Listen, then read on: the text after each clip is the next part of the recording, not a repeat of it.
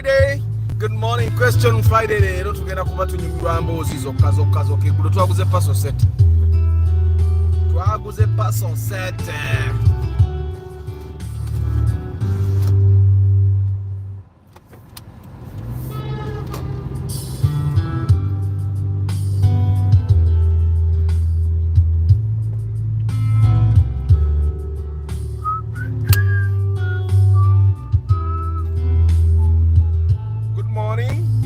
How are you, my people? I'm late today.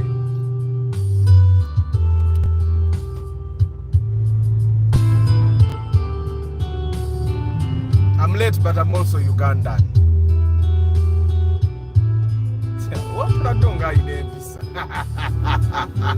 Wapradonga he has good manners. Eh?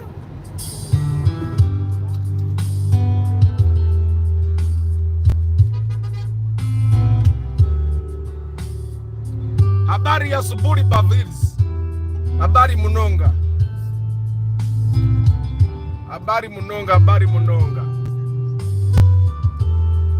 How are you, my people? Little question Friday.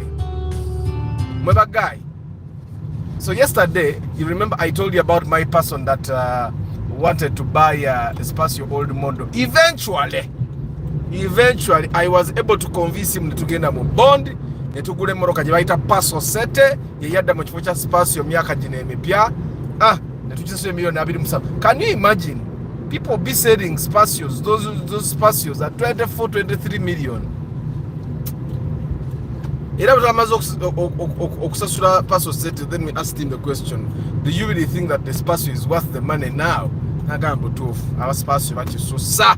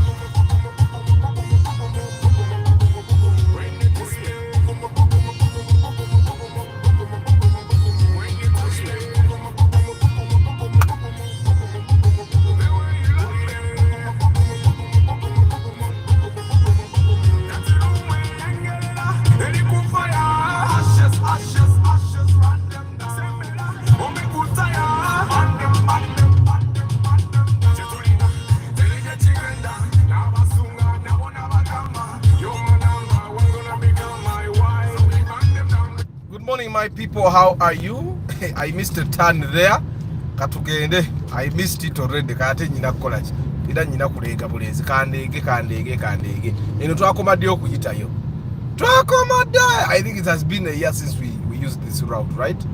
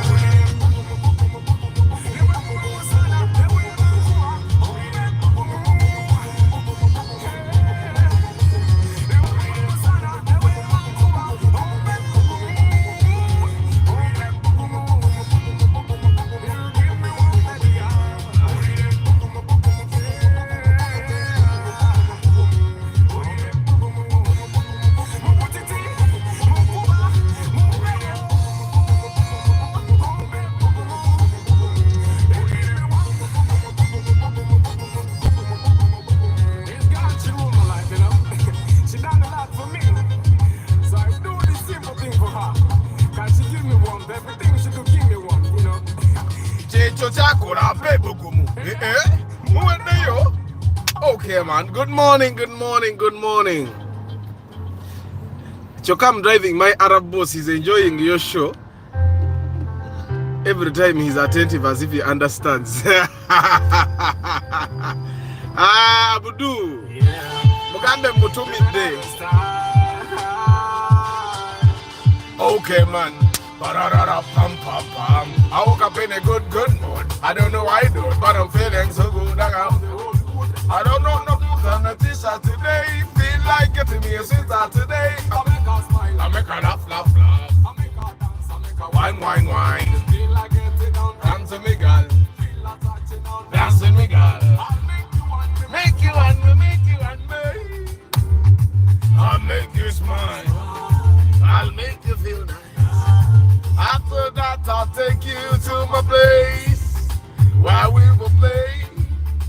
You can use this song. You can use this song.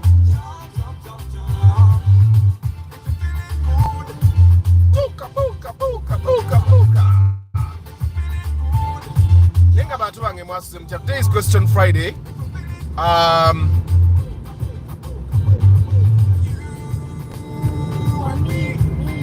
We rule the world.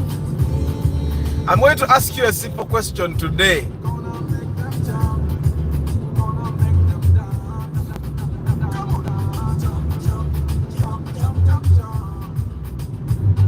On top of your budget,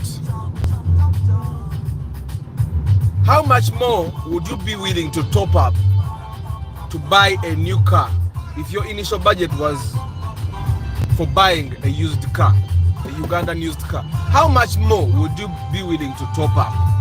That's my question for you today.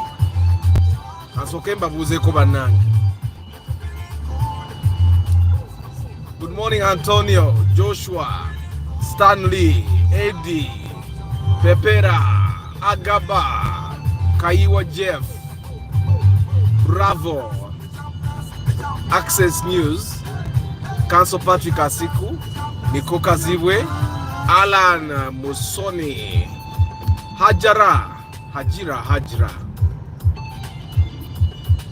Chamba de Hannington, Travel Life Vlog, Abdur Nasa, Mr. Richie Yuji, Chris Da Vinci,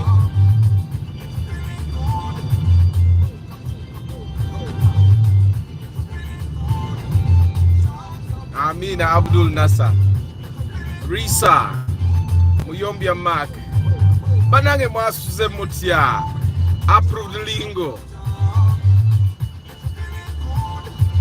Steve Barros, Otumbi Zamuka Filda, Jomboy Juma, 5256, yes, Aban.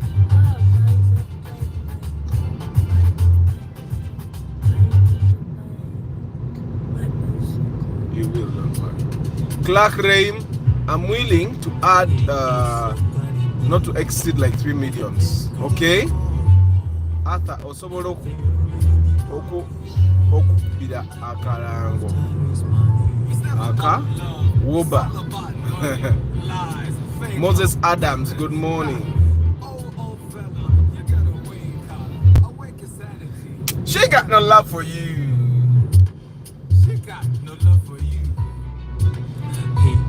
Nenga Masuze Mutia Bobo genda kule moroka mukatale obadde planize kule moroka nkadde omuntu nakugatira nga bwentera obagatira aga ne lwaki ogule moroka enkadde lwaki tetugenze mu bondi netujjayo moroka gye weetandikidde. How much more would you be willing to top up? Because one thing I've realized, you guys, some of these used cars are very expensive, like a Passo. The gentleman that bought a Passo Sette yesterday, we went, the first Passo we saw was belonged to his friend, and he initially told me his friend was selling this Passo to him. It was a UBE. The friend was selling to him a Passo UBE at 23. Now when we got there, atembone yechusa atunda Nagamba ate kati atunda 24. What? What? That? The car. What is it doing? It's late. I know we are late, but you should actually be sitting down. So tugendo tuka yate guy ne yekuba mbu atatu million 24. So 24 million for a car that has been used for a very long time. UBE, let's face it, UBE at 24 million shillings is a lot of money. One way when to cut number plates to applying. If you're using a budget of like 15, 10, it's understandable kusanga moroka kati nga UBE nga bajiguza sente ezo baba bakuwadde buwi okitegera UBA UAZ ogula. But you cannot tell me that at a budget of 24 you go ahead and buy a car that is on UBE, a sound to UBP. Do you know how many more number? Because on average a number plate has been lasting 1 or 2 years. Majority of the time the number plate has been lasting like 1 year. UBP, I think cars are a little more expensive than normal.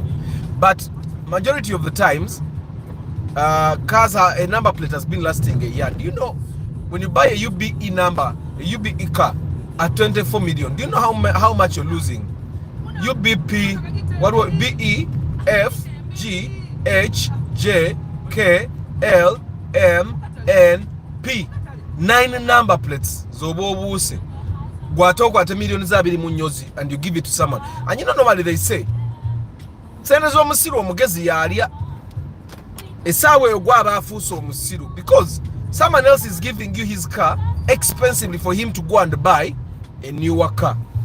If you went and bought a UBP numbers, a new BP car that is outside the bond, I would totally understand. But for you to buy a UBE, okitegeera ng'osobola okugattako bugasi miliyoni 3 and ne bwe ziba 4 ogenda ogula emmoroka eri current, because let's face it, a bond car is a new car in Uganda. A bond car is a new car in Uganda. That's something that you can never ignore. So and of course now I want you guys to understand that almost all cars, the mileage is tampered with. That's one thing I discovered. Almost all cars, the mileage has been tampered with.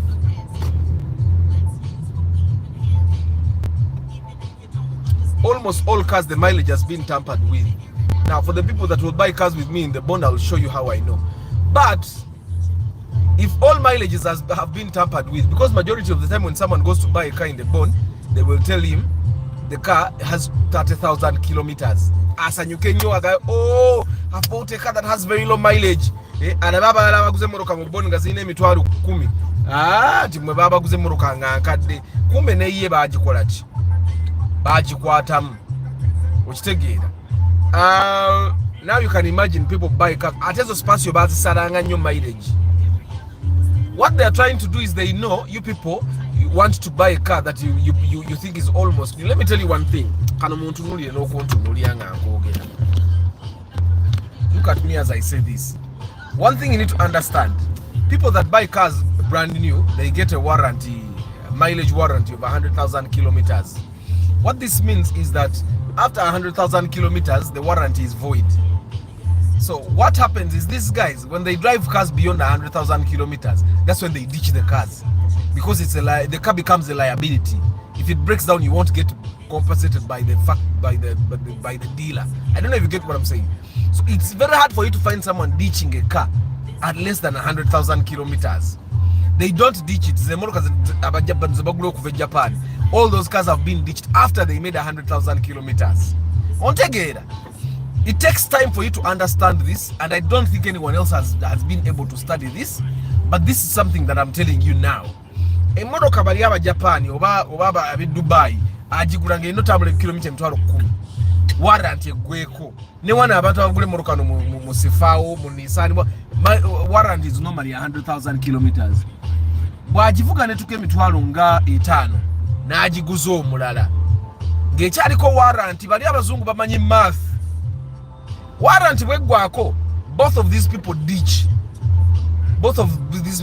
the car ne baje waawe baje kupaka teberuzinze value abali abantu bagala ne bavuga emmotoka ng'ekyaliko warrant ya dealer nga service bamukolera ku bwereere oba at a reduced fee nga parts ezimu ezi breaking down dealer yazisasula. You get what I'm saying? Because emmotoka bibanga bukodde warrant ya kilomita 10,000 it means ekitala kitukutte naye wa traffic wali wano ate wa traffic bwaba oba confused ngenda sigenda anti nyinza okuyimya ate wa traffic nanfuyire firimbi. I don't know if you guys get what I'm saying. So if you go to the bond ne bakugamba emmotoka eno eriko kilomita 2,200 ejawa bagala kugamba mbu someone bought a brand new car, drove it for 20,000 kilometers and then ditched it.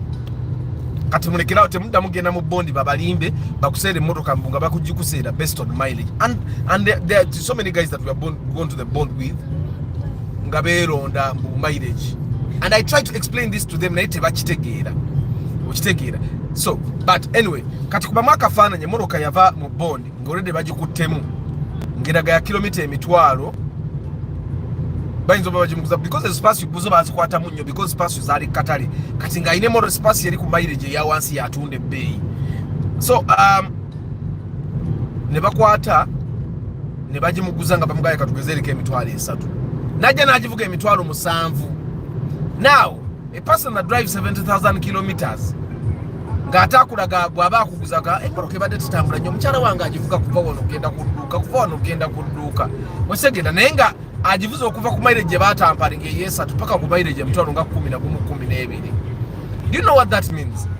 That means that car has already moved kuba beba bagiretanga eriko kilomita emitwalo nga 10 naye agivuze 7 okitegeera eriko kati kilomita emitwalo 17 kyokka ogigula miliyoni 2 ng'ate ogatako miliyoni 4 ogende mu bondi ogyeyo emmotoka eyiyo otegeera because twaguze emmotoka twagiguze kilomita twagiguze miliyoni 2.7 Passo Sette otegeera nga yagyetandikidde. Of course alinako ebyokolera nabimugambye namugaye sente ezo jangu nazo ezo byokola. Let me tell you the first thing you're going to do, especially when you buy these small cars. But Passo Sette is a small kiringa Raktis.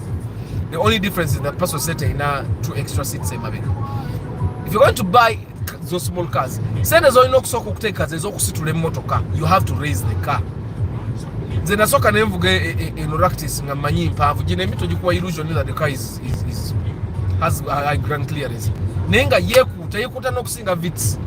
Nze bwakati tulina twali tugenza kukola inspection with some of my people. Emmotoka yeekuuta ne tulowooza tugenda gireka waawo maama era bwe twakomawo ne ngamba makanika leeta sepulingi tutuwanike emmotoka tugiwanika kati wali wagikuuta okitegeera okujja ng'ogivuze bubi ne yeekoonawo bweko naye tewali wagikuuta. So sente ez'okuyimusa emmotoka z'olina okuba nazo emitwalo ekitone nnyo gibeera emitwalo 2 oba 25. Nze nakozesa 25 ekitone nnyo gibeera emitwalo 25 ne bagula springs ne baziteekamu oba ne bagattako ne spacers but don't overraise the car though.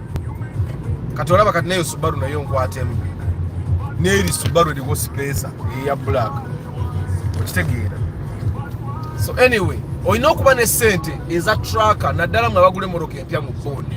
As you budget for your car, budget for a tracking device.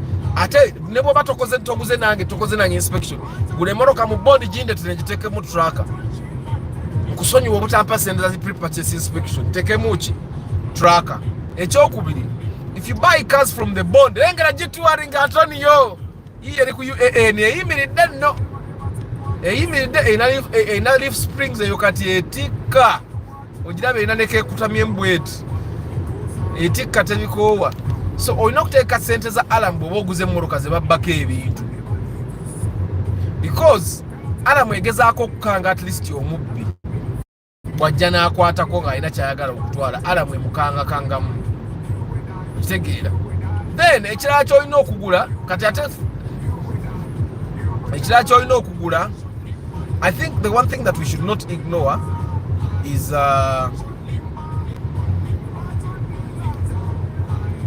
put an alarm in your car naddala mwabalina push to start because push to start ebiseera emu signal bwebula cannot open. So obadde olina remote your alarm, it can help you open. You guys like the broadcast, you're 52. Chikumi yiyo ne Mercedes Benz Ether chokoko Ether 20 kato yowachi 10 n'omukonda ko muwulira. So sente endala z'olina okubeera nazo olina okugula ebiwempe. There are these clear mats that we buy. Ebyo byo bya mitwalo 4 eby'emmotoka entono, then eby'emmotoka nga nnuwa biri mu mitwalo 8 kwambuka ogo depending on where you buy. So then olina okuba ne sente za riveting for the rivet guides, bana abatekako rivets.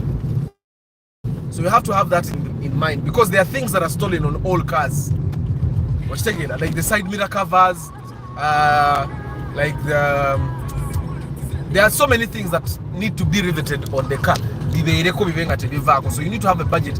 Buying between 30,000 and 50,000 depending on who does it for you.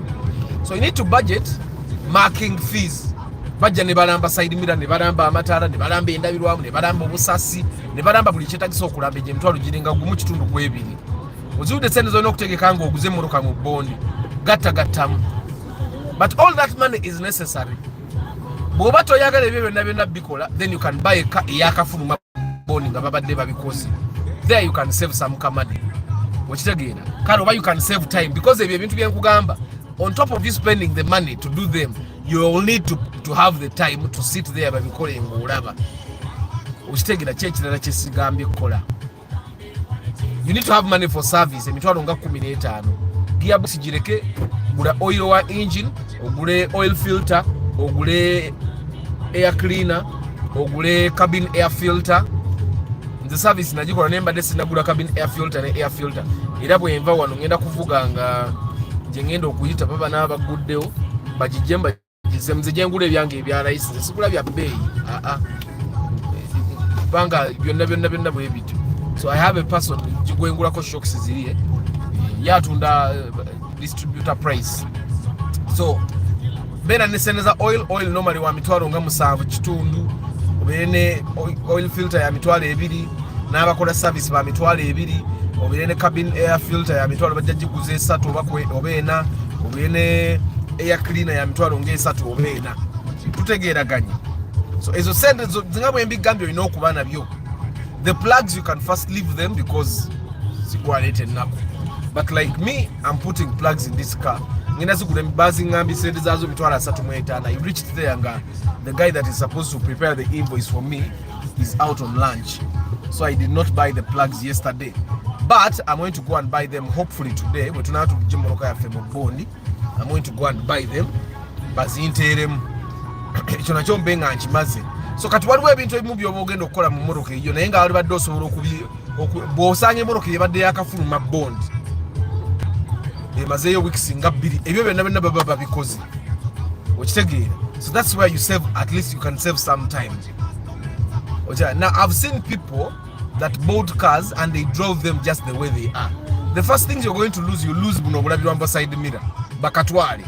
Now akoko kakajja kujjako emitwalo ndozanga I think 5 ku 10. Ako bajja bujjamu balina blocking nga buli loko ya 15. Now I recommend that you do 2 locks wansi ne waggulu, because lock yawo oyinza otekamu ya wansi yokka ne bakagirayo waggulu. Say abana kati balina skill. Kati kiregeza 2 side mirrors, that is 20,000 for the locks. Then nizombadde by the way sizikubalidde locks. Then oyina okugula obukwata number plate bugirabisa bulungi obuumu obwo bubaati bwa mitwalo 3 kitundu. Then me, I recommend that when you buy your car from the bond, tokozesa rivets to lock the number plate in place. Kozesa misumari. Abaana bana babbiba number plate. Rivets ezo banga ozikuulayo. Naye muteremu omusumali gwa 10 oguteekeko ne washa. Gisibisa omusumali gwa 10 oteekeko ne washa. Side ne side. Tebajja sobola kukola ki? Kubba number plate yo. Kayate bw'oba otaddemu alamu. Wano alwana n'omusumali nga lwaki tadduka. Okitegeera. So anyway, I think those are the things that you need to be preparing. I'm going to park somewhere and read all your comments. I still want to tell you guys, there is no reason why you go and buy a Passo UBE. Neighbor Nang, Samsung. Go to the shooting in the studio. And by the guys, for you that don't know, I've already uploaded episode 1 of the Traffic and Road Safety Act. 1998. My interpretation. I've uploaded the episode 1 already. You can, after the broadcast, you can go and check out in the video section.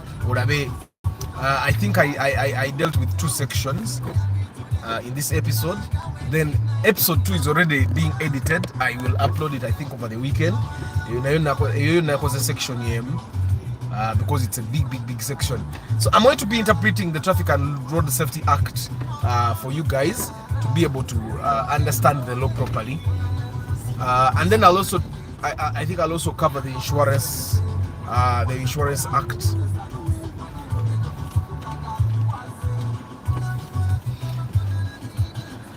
Jituari Nkarogoi. Good morning, bro. 6 million will get me a visitor or Caldina. Caldina, not visitor. Caldina you can get. With my 15 million rakti say njifuna. Ati rakti so funa nkadde tofuna eno nge yange. Ene yange baba mazima wanvu. Ene yange ya bei. Ene yange ya bei ate ani my mechanic was telling me ni atha. Wacho no tomuguze ne moroka. Mugande kanzi sagala kundondola. Sagala kundondola. Moroka najita demo byakabye jo yagala okumpe million 26 muveko kanjivuge batabani bange bagende beyagale iyo emoroka nyiragisamu na plugs za mitwala ana. How many people have the guts to go and buy plugs at 400,000? Ninga plugs za Toyota zomanyiru achinzivuga nzigula because I have guaranteed quality. Ati si nkadde. Even traffic officers know how to easily pull off number plates. Exactly. But the number plate jota demo musumani ngaguliko washa. Mugenda kunyumya. Ajja kujagalo jijja kega ne mutandiko okunyumya. Okitegeera. Tujja kunyumya. I watched your show of traffic. Olino lwali Arthur. Abdul Nasser. Man, nze jagalo okunyumya. Kati era nze simanyi bannange. Oba nali sobedde ebintu ebiri structured ebyo mu aba TV bakuwadde mulimu kati nyumya ne guest vote sigara parameters mwezi tia zitamale mirundi yali nkubye MP. Good morning Brian. I had success stories with Jituari. Jituari is a very good kanze na isa ajifunamu mukisa. Good morning Jerome, Lucky Mose, Antonio Gamba and the Rumion in September this year. Vindako. Can I get a Fielder Corolla X Wish US series 13 million actually by August or September? US series oja kufuna. The thing that disturbs people ajana million 15 ngatagala UBA okitegera yagala UBB tagala UA mu UO funa. Actually let me tell you one thing, mu US series oja kufuna moroka ngate yimiridde okitegera ngeyimiridde. Jerome Chithamba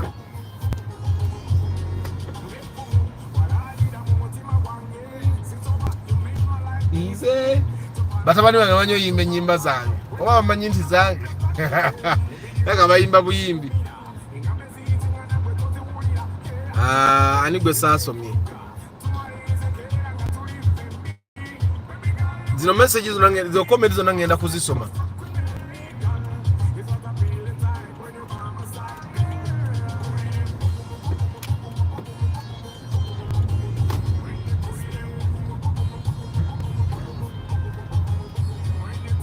Kale kati ngenda kujaka ubutara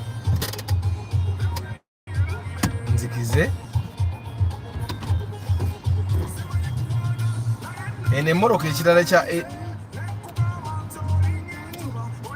ene moroka ekirala ekijinsanyusako kiri kimu. Emoroka eno eina auto amatalanga geteekamu gokka, so bw'ogisamu auto bwoti bwe sensinga ekizikiza it puts the lights on, bwe sensinga light it puts the lights off. I like that about it. I used to like the same about the Mark II. So the guys that have Mark II brand, those cars have that ability. Nera nga bumanyi bu battery bwa bond nze sibwesiga, so nja kumala gula battery yange ya UBL nga mpya ngiteeke kawo ndyoke nkube music nga nkola. Wakula Johnson, good morning. Good morning, Jombwe. Musisi Gerald. Arthur, why would someone refer to a Mark II Musota as a Toyota Benz? Because it's comfortable. The Mark II gives you the comforts almost the same as what you would get in a Mercedes Benz. Almost, I'm saying almost. Because the comfort in a Mercedes-Benz starts in the mind. The comfort that Mercedes-Benz gives you is not actually existent. The kind of comfort that Mercedes-Benz gives you, it doesn't really give you that much comfort. That I'm telling you. If okay, Clark Ray Maga. Now, how much more money would you be able to top up on your initial budget if there was a chance to get a new car at a little extra than what you plan to buy a car? Clark Ray Nagamba, he is willing to not exceed 3 million. Okay, Hajira naye atho sobolo kukubira akarango. Sikutegedde. Moses Adams, Chris Da Vinci, is that also a seat between the driver and the passenger seat in the Passo Sette where I see the armrest? This is not a Passo Sette, this is a Ractis. But the Passo Sette has like passenger seat and then another passenger seat behind that is very small. After my Friday question today is what's the difference between coil shocks absorbers and spring? Kakati, coil shock absorbers zezino sepulingi zino zibera bweziti. Zona bazita sepulingi naye coil springs zezino ezo ezigira ziti. I don't know how to. Then leaf springs zezino zibera mu lore ozitegedde ezijja ne zeyitako bweziti. Ezibayita leaf springs.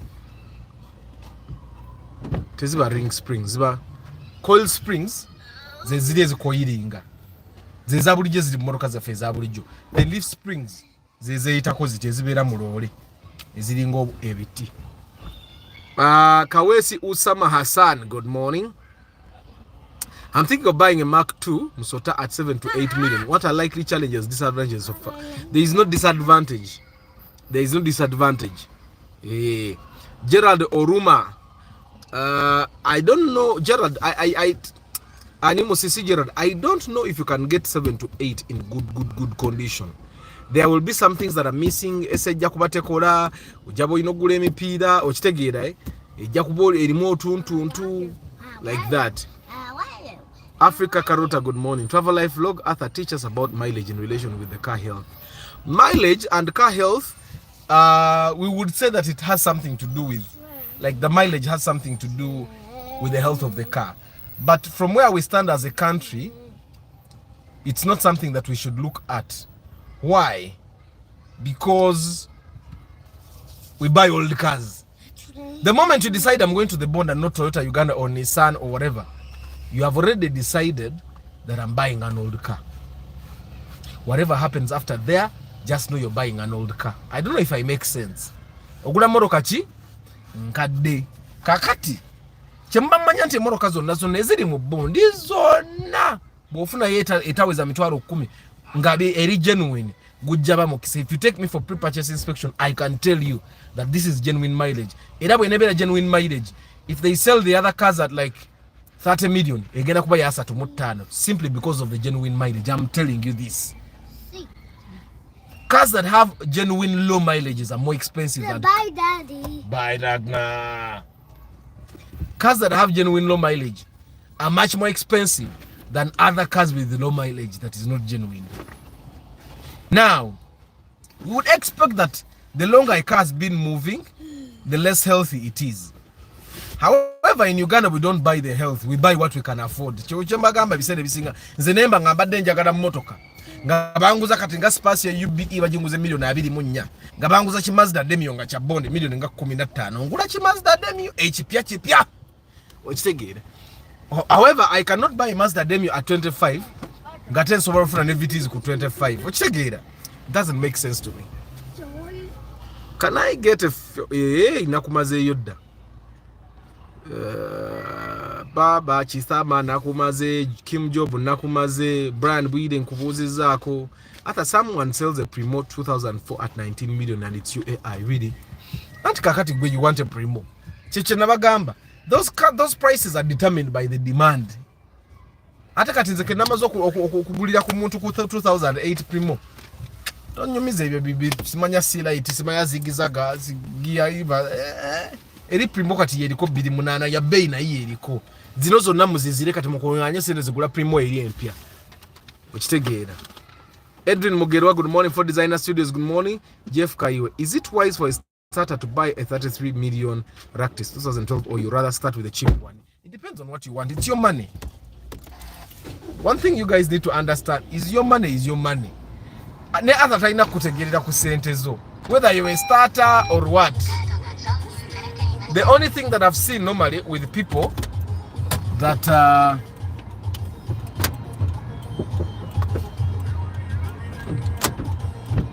the only thing that I've seen with normally with people that buy cars very expensive. Ogenda no balabalamu ngoguze moroka kati. But me, I would not buy a Rakti start 2012 at 33 million. I find that it's not worth the money. It's not. 33 million is a lot of money, by the way, guys, if you didn't know. I actually think that the person at Andisi, the maximum they should be spending on a car, regardless of how much money you have, should be 30 million. But that's me thinking though. That's me thinking. The maximum you should be spending should be 30 million, regardless of how much money you have.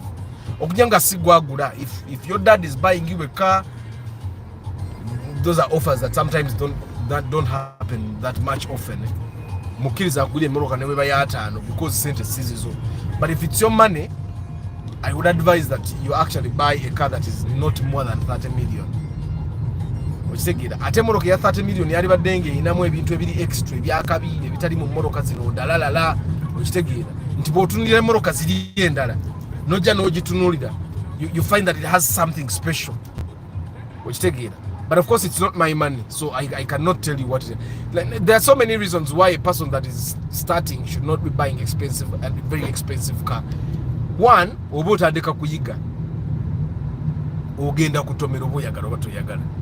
Bw'otaakulubula biri simple, bw'onootomera ojja kutomera nnyo. Okitegeera. So olina kusaba Mukama akuyambe obeerenga okulubula obenga totomera biri serious. Because me I've experienced it. People actually knock. Batomerera ddala. Maximum of 5 million is a good price for a new car. What do you mean 5 million? So I want a fielder by September. Fielder jakufuna. Wakasate weronda Antonio. I've seen a moving company here. Uganda Movers. Moving companies actually exist.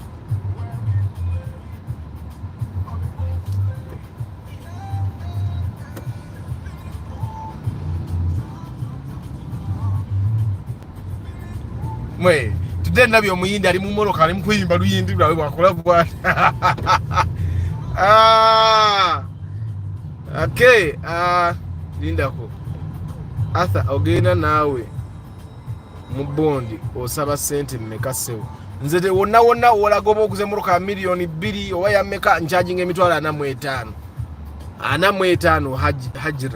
hajara sorry Moses Adams. Arthur, how do you get to know the history of people who have ever owned a car? Iggy, the first person who imported the car. Second, in Uganda you don't know. You can't.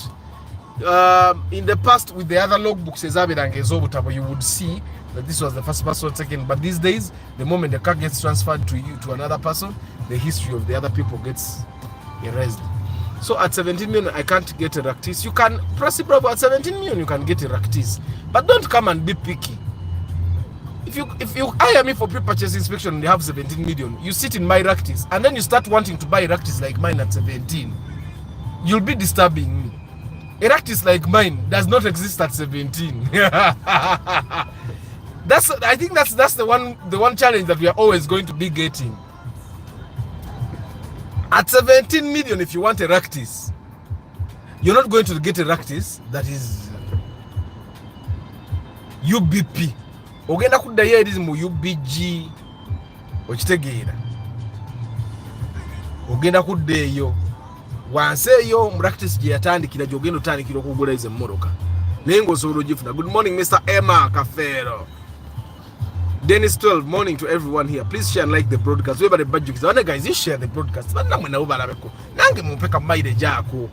Good morning Joan. Paul Banaria, good morning. Hamin Pepera, maximum 5 million to increase on budget if buying a new car. About your Okay, 5 million. 5 million is very good because I've realized majority of the time. The reason why I normally tell people to buy a newer car is because osanga omuntu nga 1 million abiri munya ngate agala gula moroka nkadde. And normally this happens because this person wants to buy a particular car. Ngata ina ndala yonna gyayagala. Under those circumstances, I will let you buy. Nenga, it's important for you to understand that ane abantu babera ku simu omuntu abera moroka ngali ku simu nava ne ku kubo. Mwe, the moment you're rigid about two things, the one thing if you're rigid about the type of car you want, two, if you're rigid about the number plate, ogenda kuserebwa. One, if you're rigid about the type of car. Two, if you're rigid about the number plate, you're going to kuserebwa. Nti wonobera rigid first of all ngo njagala primo sina kirala kye njagala. Just look at buli primo jo ate ebisere bisinga abantu abali rigid about the type of car, still they are rigid about the condition of that car. Kitegeza ayagala primo nenga ate ayagala a particular model.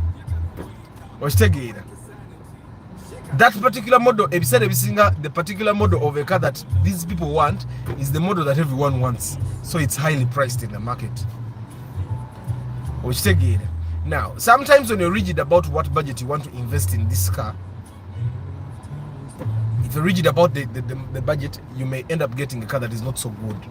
The type of car you want, probably even the number plate you want, but not in very good condition. Because you are rigid about that particular thing.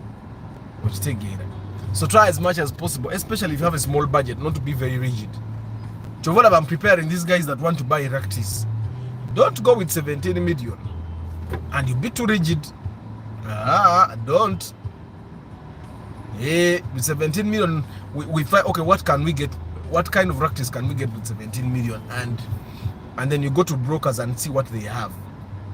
And then you inspect those ones and then pick the best out of them. Hanaba, good morning. Stanley, I have decided let me stay in Kamoli. What's got them Kamoli? Subaru kakano ke mwagale nnyo bantu mukankaleke kampise n'okumpisa kaako mukagala nange enkebe bwa bayida wo kwagala okavugamu Subaru tezirina nnyo makulu kuba kati nazo Toyota also kati mundaba nti ndi mu SUV mulabe ka Subaru gye kali mulaba nti ndi mu SUV bakadengera ka Subaru gye kali eri wansi.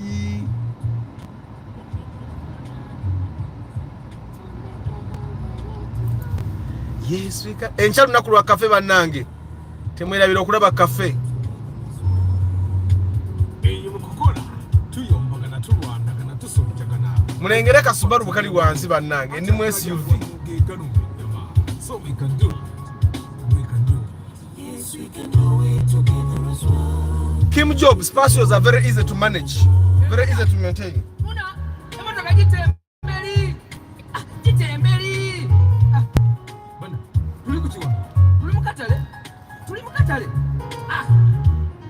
Where the highs and lows may be there, the fights may be there, but when we get together as one, we can do it, we can do it. Thank you, Pepera. Thank you for watching also.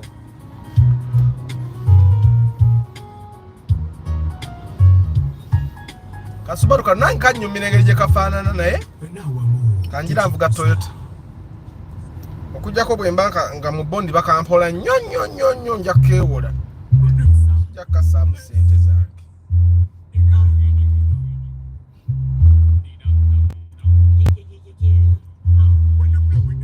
You gotta lose it all right, you never get it all back. When you play and you never take it all serious, cause you were thinking you were a genius. Ooh. Not high, go down. Ooh. Hey.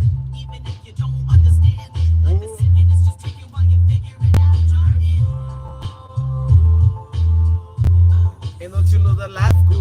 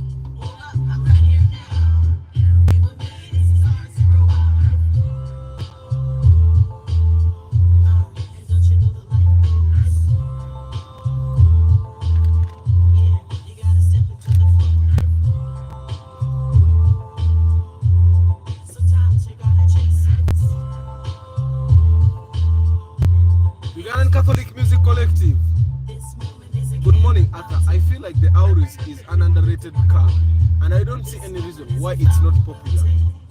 It beats Toyota Blade, but the later is more popular. Catholic Music Collective, I actually find that both cars are not that popular. The Blade is not popular because it has a big engine. The Auris is not popular because people have not given it time. I find that Ugandans like to buy what their neighbors have bought. Bako Panywe, Ugandans normally don't have their own independent mind.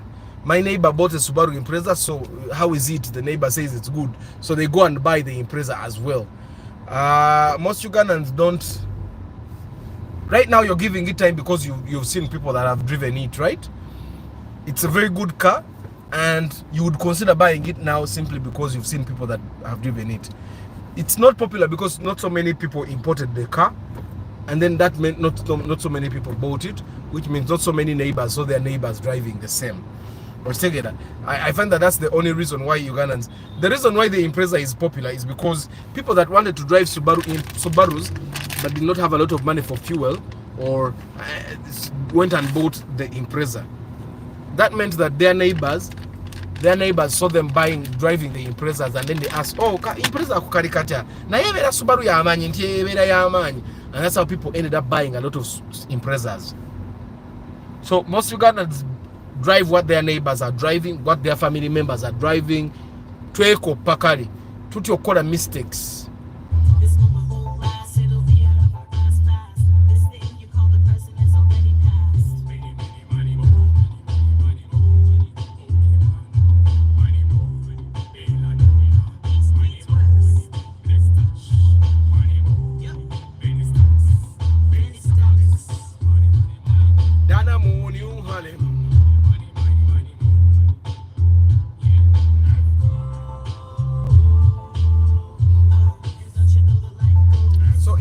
Every time you find a car that is not popular, just know not so many people own it. The reason why Primos are very popular is because Primo was just a car that was embraced. So many people embraced the Primo, which gave it the popularity it had in the past. And then of course the people went on embracing the Primo even more. Hence the popularity that is not going down. And it's not going down anytime soon. The popularity of the Primo will take a very long time to go down, because all the models of the Primo are popular. Ateka tugumanya nti moroka kasitaba mu kyalo bajagala ne biyita batawanya nabo mu kibuga ate banakola kibanagenda mu kyalo ngabo mu kyalo tebasumbuye aka katulaba abo mu kyalo tebasumbuye tenywa mafuta okitegera. Just know Ugandans don't buy cars simply because they don't buy cars simply because they want them. No, of course now people start wanting things that other people have, so now you may decide to say that Ugandans buy cars because they want them, but in actual sense they buy cars because they have seen other people drive them, which made them fall in love with them. That's why abana Uganda abasajja bamba baka abasajja ayagala kintu bantu kye bagadde. Hi Arthur, your loyal follower here in Abu Dhabi. Amina Eric, how are you? Adobuzenyo. Arthur, does the Lactis have 1.5 liter? Yes, it has the 1NZ engine. The same engine that is in my Namkade is in this car, but the modern one. How can I have a red number plate?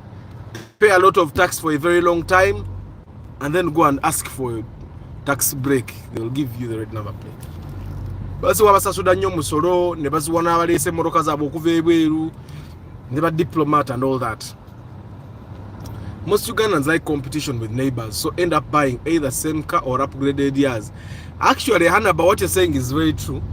One of my followers tried to get Gule Moroka, and then he told me, Zondaba, I've taken a long time Gasigura Moroka Yamani. Naya obude wange bonamba de busa ku nyumba yange. Mu neighborhood ya fenze singa mu Moroka nungi. Nze singa mu Moroka, nze mbadde singa mu Moroka etali nungi. Naye kati nze singa mu nyumba nungi. Like how would I be competing with my neighbors who has the best house?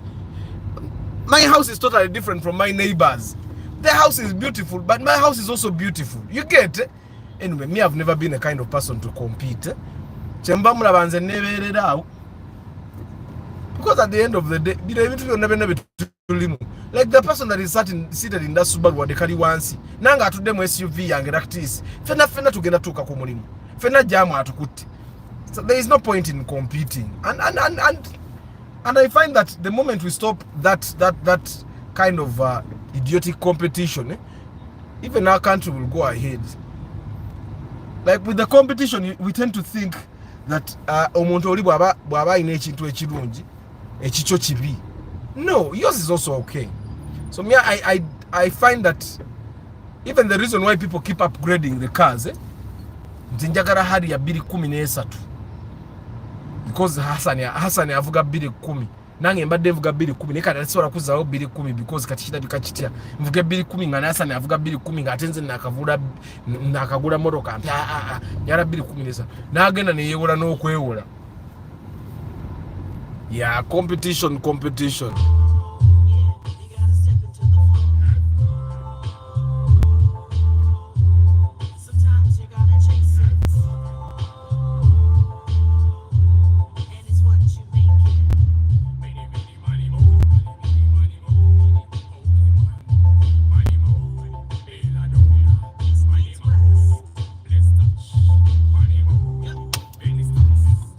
Stacks. Money, more. Dana money, more Harlem. Money, more.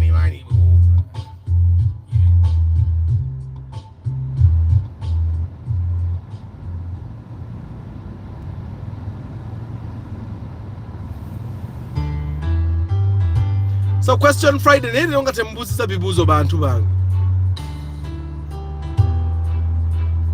Nze kanjira nsibule dakika ziri 5 munyeza akaita kusawa.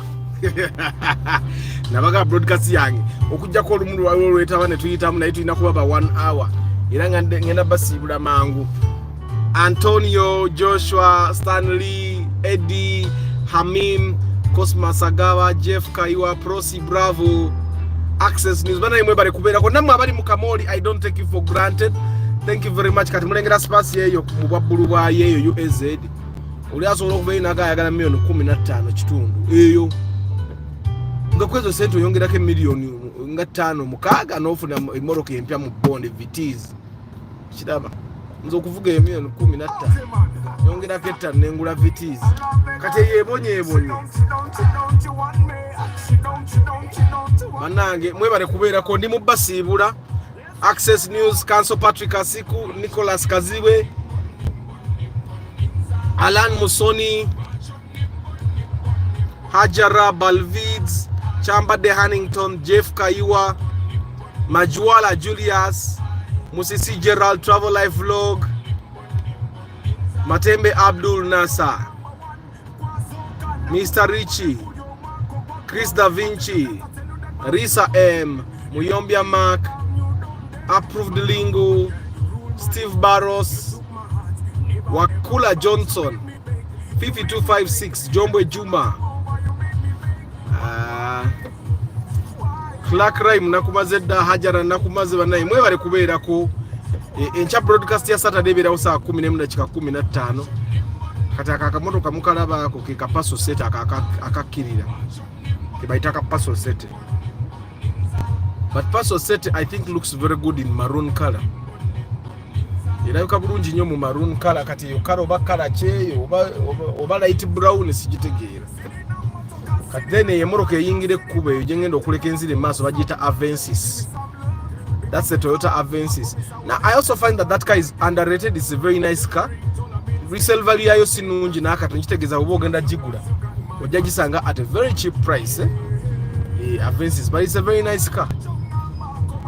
Era totogananga okujigula olwokuba teri popular.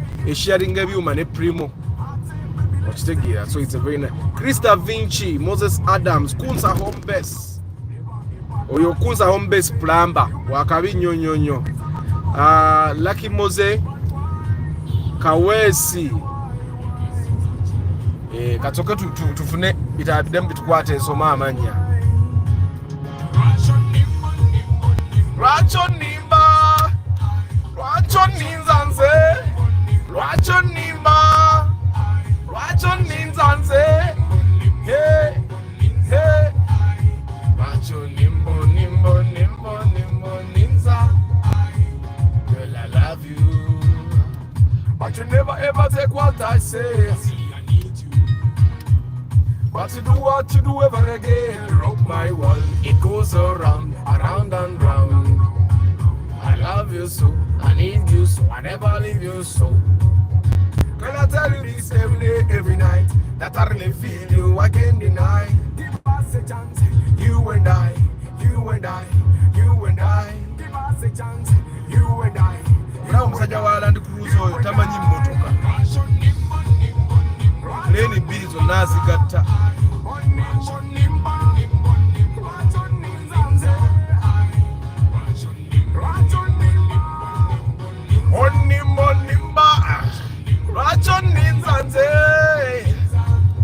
Sirina motoka, sirina kabanja, sirina bling, jagala kuwa some love, give me some love, be my better half. I promise I will never let you down, my girl.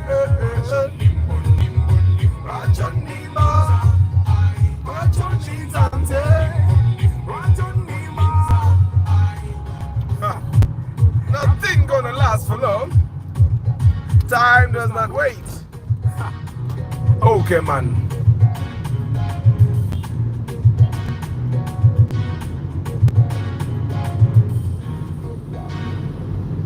Njagala funa wensomera mannya mbasiibule bantu bange naye nga mwebale kubeerako. Banaye temwerabira tomorrow tugenda batulaba kafo olweggulo. Ate enkya broadcast ya saa 10:15 ez'olweggulo. Kawesa Usama Hassan, Africa Karota, Gerald Oruma, Jerome Chithama, Shadrack Musime Kim Job, Benedicto Mugabe. Mwebale kubeera ku broadcast bannange. Wira namusanga genda kaikonai nemubuuza kutwale out tonight. Nasirika nga nina reply olwo nanzire mutala ku chicken tonight. Appetite satisfy, girl, give me chance, I'll blow your mind. Say wola saba choyo ya. Excuse me, bozinga wefanana wenjaka dueraga twalabada twagola twakowa. I need a man that can love me. Olwo nemuteka mu category eyabadde mu barrio lavu. Lavu tesasula renti atetegula na penzi wesotinge welodinge. Edwin Mugerwa mwebale kubeera ku broadcast. For Designer Studio mwebale kubeera ku broadcast. And thank you for also engaging. Banaye mwebale ku engaginga. Mwebale ku sharing a broadcast. Thank you for telling other people about the broadcast as well. It really makes my heart warm. Of course omutima gula already kubeera kubukuma naye, but it makes it warm akali. Nenga mwebale kubeerako. Amanya Emma webale kubeerako olwaleero. Dennis 12, Joan Jojo Aloyo, Paul Banalia, Hanaba Joshua, Sekaja John webale kubeerako. The Ugandan Catholic Music Collective, Luanga Richard, Solo Extra, Bat UG, Chamba de Hannington, mwebale kubeerako bannange. Lino nga terijja.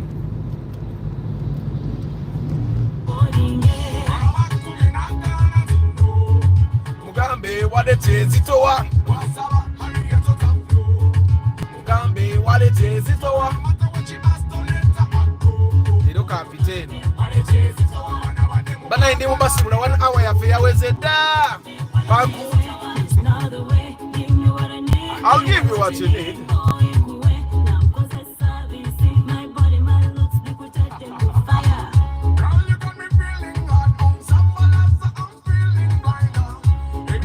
After compare between cylinder 1.5 and 1.8, the difference will not so much be seen in the performance as much as it will be seen in the fuel consumption. Eyongerako cc bisatu biramba. Now 300cc seems like a very small difference, but it's actually a big difference. So I want to worry about donyo mutwalo nga gumu n'ekitundu with the 1.8 liter with a 1.8 liter vehicle, you're going to be consuming 25,000. Which take it. But also the power is there. Amanyi oboga ulirango olinye moroka yokumona neba na amanyi. But I find that there is no reason why you're buying a 1.8 liter vehicle when you can buy a 1.5 liter vehicle. 1.8 liter vehicles will give you extra power that you don't need. Ojja kuba ulira amanyi nti ogayina neto geetaaga. In Uganda, from Uganda yafe muno mwetuli. Tewetaaga amanyi gasukka 1,500. And I'm telling you, you don't need power that is beyond 1,500 cc. You don't. Netaaga ndoza ntaniko converting am horsepower tulabe. But you don't need a car that is beyond 1.5 liters. The only reason you should be buying a car that is more than 1.5 liters is probably if the vehicle you're buying is bigger than normal vehicles. Nga moroka nene bonene.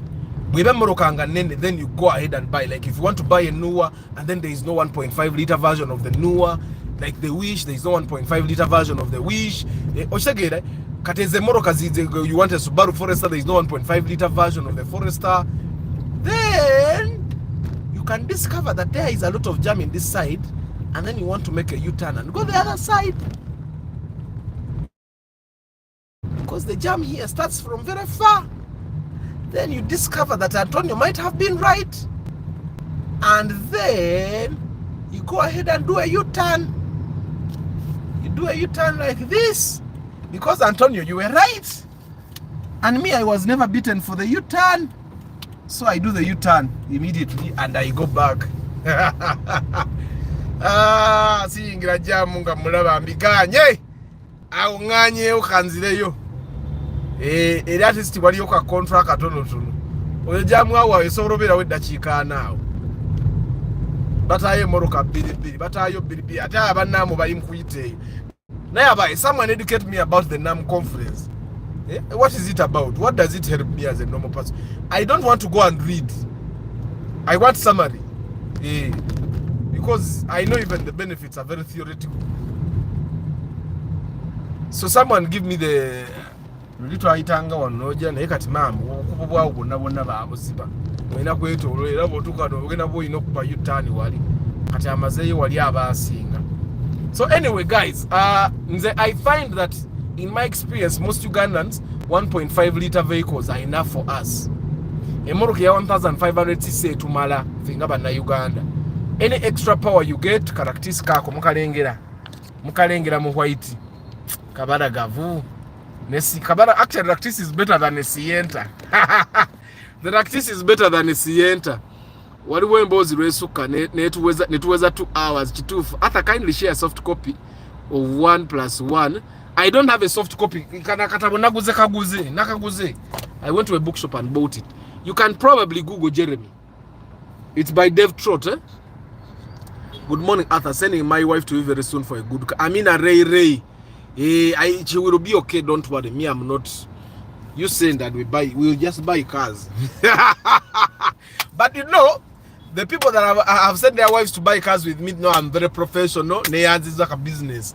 Jojo, Kati Arthur, how much can one get a good Raktis that's fairly used in good condition? 17 you can get a Raktis, by the way, people. Don't fear. The way you give us chivozi, tweda bido kubuza. Nzetemufa yonja babuza. Good morning, Paul Abasa. Thank you for being here. Bana embasi, mumanyeti nze mbasibula. Nabasi abari eri wagulu nabasibudde dawe ndisida mbasibula mumanyeti basibudde. Good morning, Micho. Era ulireti Julius Insubuga. Good morning. Seka John. But where can I download Cafe? You can't. Cafe is right now for at least a long period of time belongs to DSTV, so you can only be watching it on the DSTV channel. That's where the only place you can watch the Cafe. Na itemufa yo. Tujaba kulea kama ka YouTube. Arthur, you haven't replied to me. Jojo, I've replied. What might be the issue if the car overheats your legs while driving, especially when on SC? If your car is on SC and still you get heat, go check your health. Because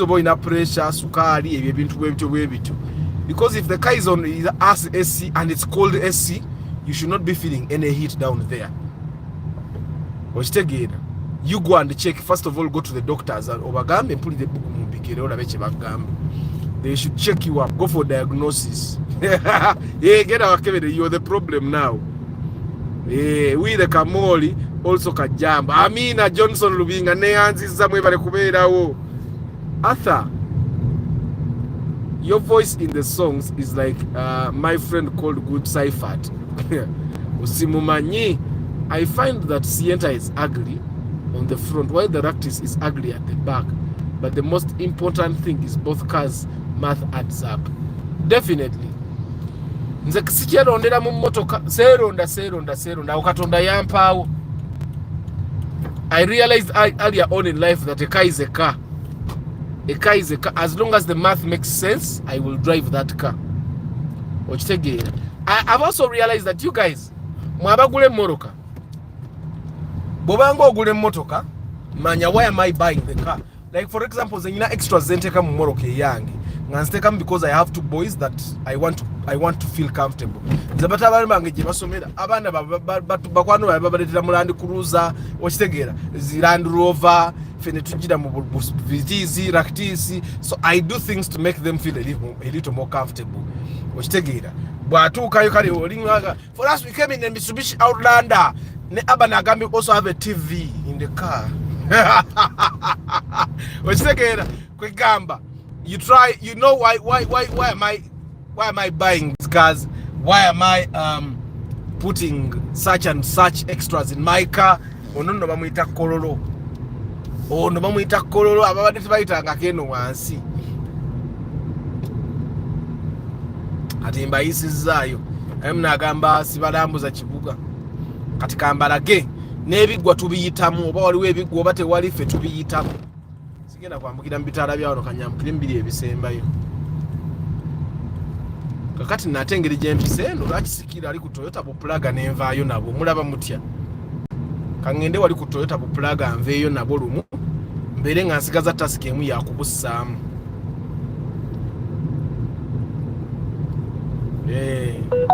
Ndaba nsigaza tasiki yakubussaamu just. Kali mwe bagayi muloza sigenda basibula nze nga tunyumiza nnyo esimu enebuguma n'okubuguma nga naye gamba bannange ng'onyumya nnyo musajja gwe. Kati eyo tesero bayinza kuyita mmeka muna sigirabye.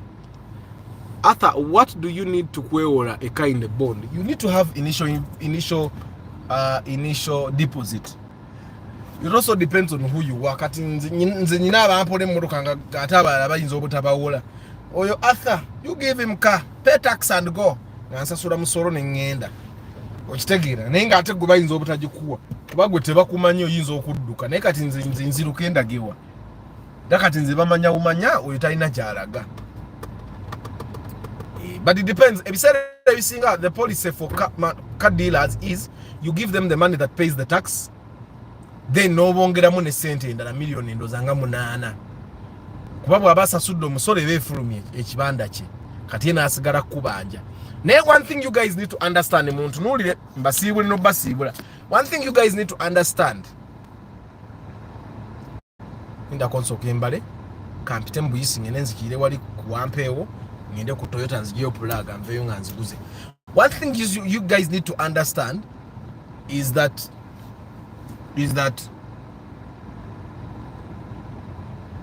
emmotoka senga ogyewola neekulema okusasula oba n'omala emyezi nga giijo nga tosasudde, abantu abo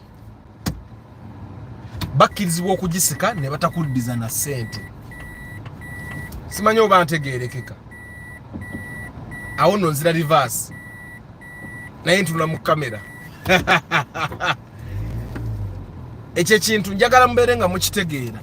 Senga weewola emmotoka, there is a story someone shared with me. I wanted to share it in its own video. Oli yagenda ne yeewola Nuwa. Nenno balaka batusibye nga naamu eyitawo. Oli yagenda ne yeewola Nuwa. Bwe yeewola Nuwa baagimuguze $4.5 because lyali bbanja. N'asasooka $2 ne basigala nga bbanja 25. Kanaba gamba mwe emyezi ena, mweje emyezi ena yasasula $5 ku $2.5. ne bajja ne basika emmotoka bwe yaddayo ne bamudiza miliyoni 4.5 ne bamugamba aweddeyo. So mbere very careful nga mwewola waliwo ebifo byotamala geewola muno otinge ate nabwe oba osobola okwewola weewale. I will request a lecture about types in engine ebya CVT wamu n'endala kale mbadde njagala tugende ffenna nze naawe ngangula emmotoka yange naye oseka nnyo munnange. Hajara oli waddembe ogenda n'omuntu omulala. No, Hajara, by the way, I have people here that buy cars without me and we are still friends, so get off you go get someone you trust, go with them and choose a car.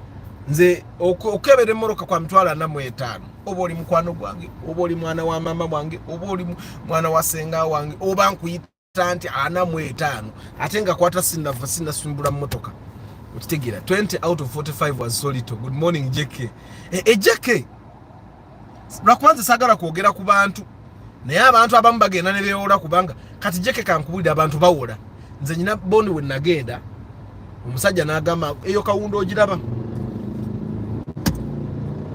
Omusajja ngamba eyo kawundo ne bwompako miliyoni 10 njikuwa n'ogenda. Kati bannayuganda abamu ebyo bibaagala. N'agenda ne bamuwola kawundo ng'asasuddeko miliyoni 10. Mwe ekireka kali kajjamu k'emulago k'enziruse nako bannaamu bye bakasibye. Naye nnaamu bye biki?